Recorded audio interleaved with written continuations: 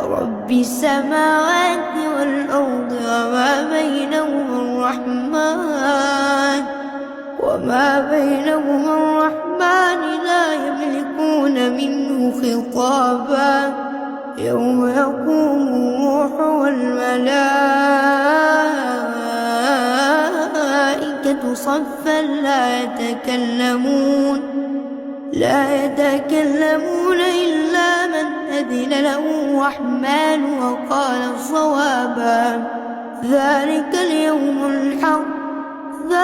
اليوم الحق فمن شاء اتخذ إلى ربه مآبا إنا أنذرناكم عذابا قريبا يوم ينظر المرء ما قدمت يداه